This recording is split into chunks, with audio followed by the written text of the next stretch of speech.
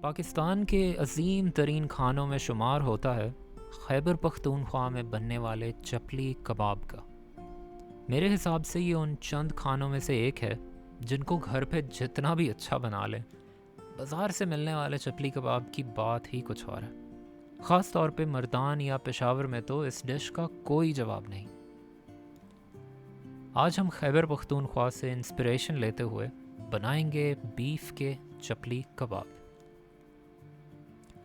चपली कबाब बज़ाहिर बनाना इतना मुश्किल नहीं है। कुछ मसालों और कीमे के साथ हमें बस 3 बुनियादी अज्जा चाहिए होंगे, जिनमें प्याज, हरी मिर्चें और थोड़े टमाटर शामिल हैं। ये काफ़ी रस्टिक सी रेसिपी है। इसमें अज्जा को बहुत ज़्यादा पीस के डालना ज़रूरी नहीं है। हरी मिर्च थोड़ी मोटी सी रखी जाएगी और टमाटर भी छोटे क्यूब्स में काट लेना मुनासिब है। लेकिन प्याज के लिए थोड़ी सी मेहनत दरकार है, इसलिए बेहतर है कि इस प्याज को बारीक काटने के बाद इसका पानी अच्छी तरह से निचोड़ लिया जाए। यह अमल ज़रूरी है, वरना कबाब के टूटने का हमेशा ख़तरा रहता है। और प्याज इस डिश में बहुत अहम इंग्रेडिएंट है, इसलिए उसको थोड़ा वक्त देना ज़रूरी है। आप इसको किसी मलमल के कपड़े की मदद से निकाल लें तो ज़्यादा आसान रहेगा, लेकिन इस तरह किसी छलनी की मदद से भी काम चल सकता है। थोड़ी मेहनत ज़्यादा लगेगी, लेकिन ये हो जाएगा। हमारे प्याज, टमाटर और हरी मिर्चें तो तैयार हैं। अब आगे का देखते हैं। कीमा हम बीफ का इस्तेमाल कर रहे हैं। मैंने तो रवायती तौर पे चपली कबाब हमेशा बीफ का ही बनता देखा है, लेकिन कोई हर्ज नहीं है, इसमें मटन या चिकन का भी इस्तेमाल कर लेते हैं लोग। अगर आपने चपली कबाब किसी अच्छे रेस्टोरेंट में बनते देखे हैं तो ज़रूर देखा होगा कि वो कबाब तैयार करने से पहले कीमे के आमेज़े को अच्छी तरह से गूंदते हैं। हम थोड़ा नमक डाल के पहले इसको अच्छी तरह से गूंदेंगे, क्योंकि ये अमल करने से कीमे में अच्छी सी पकड़ आ जाती है। वो टूटता नहीं है इतने आराम से। कुछ देर गूंदने के बाद आप देखेंगे कि कीमा आपस में अच्छे से जुड़ गया है और ऐसे हवा में रखने से भी वो अलग नहीं हो रहा। कीमा ऐसी हालत में आ जाए तो फिर उसमें कुटी हुई लाल मिर्च ज़रूर डालें, थोड़ा सा ज़ीरा पाउडर, बहुत थोड़ी सी अजवाइन, और एक मसाला ऐसा है जिसके बगैर मैंने तो चपली कबाब कहीं भी नहीं बनता देखा। वो है दरदरा सा कुटा हुआ सूखा धनिया। ऑलमोस्ट होल होता है वो। इसको बहुत ज़्यादा पाउडर फॉर्म में इस्तेमाल नहीं करना, उससे जायका बहुत बदल जाएगा। इसका टेक्सचर होना चाहिए, वो ज़रूरी है चपली कबाब के लिए। अब इसके अलावा अनारदाना भी अक्सर औकात चपली कबाब में बहुत अहम माना जाता है। मैं अनारदाना थोड़ा कम रखूँगा, लेकिन इसको आम तौर पे थोड़ा ज़्यादा रखा जाता है इसके टेक्सचर के लिए। आखिर में थोड़ा मकई का आटा डालने के बाद हम अपनी हरी मिर्चें, टमाटर, प्याज, थोड़ा पिसा हुआ लहसुन और पिसा हुआ अदरक भी डाल देंगे। ये दूसरा मरहला है जिसमें हम इस आमेज़े को अच्छी तरह मिक्स करेंगे, जैसे हमने रेस्टोरेंट्स में देख रखा है।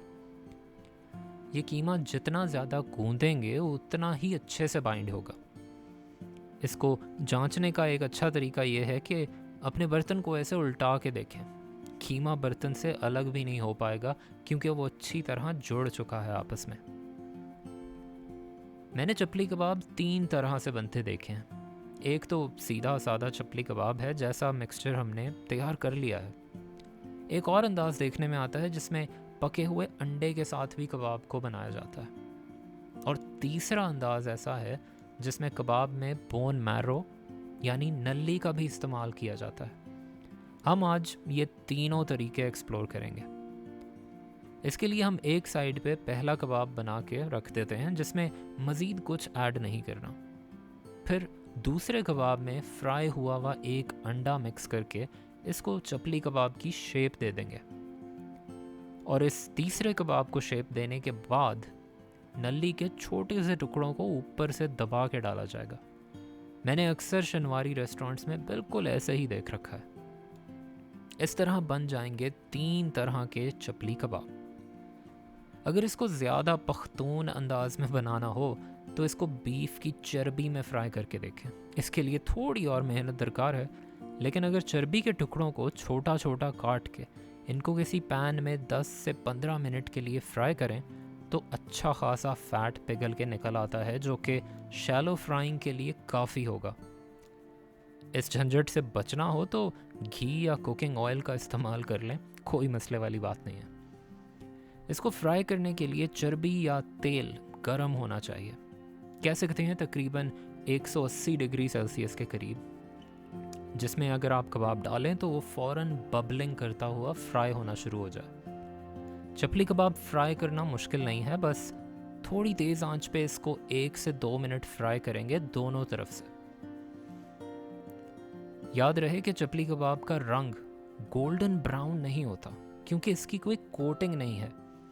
जब मसाले तेल में डायरेक्ट फ्राई होते हैं तो चपली कबाब का रंग तकरीबन काला सा हो जाता है। डरिए मत, ये जला हुआ नहीं है, बस इसको बहुत ज़्यादा गलाने की ज़रूरत नहीं है। ये जल्द ही बन जाते हैं जैसे ही इनका रंग थोड़ा गहरा हो जाए।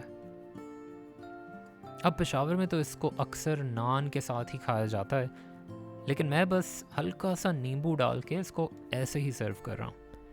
ये चपली कबाब फ्लेवर्स में अच्छे खासे बैलेंस्ड हैं और इसका टेक्सचर वैसा ही है जैसे चपली कबाब मर्दान में मिलते हैं। अभी के लिए इतना ही, मिलेंगे अगली रेसिपी के साथ।